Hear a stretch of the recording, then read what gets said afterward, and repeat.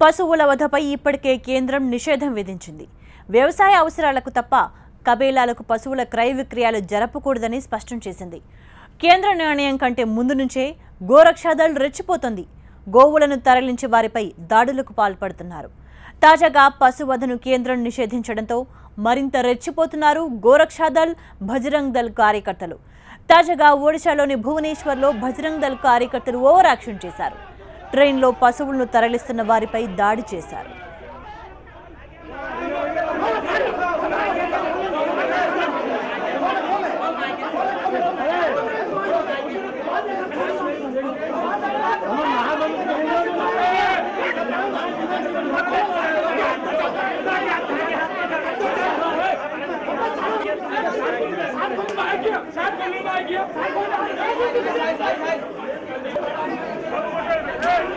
Bhubaneswar railway స్టేషన్లో కొందరు వ్యక్తులు పశువులను తరలిస్తున్నారు.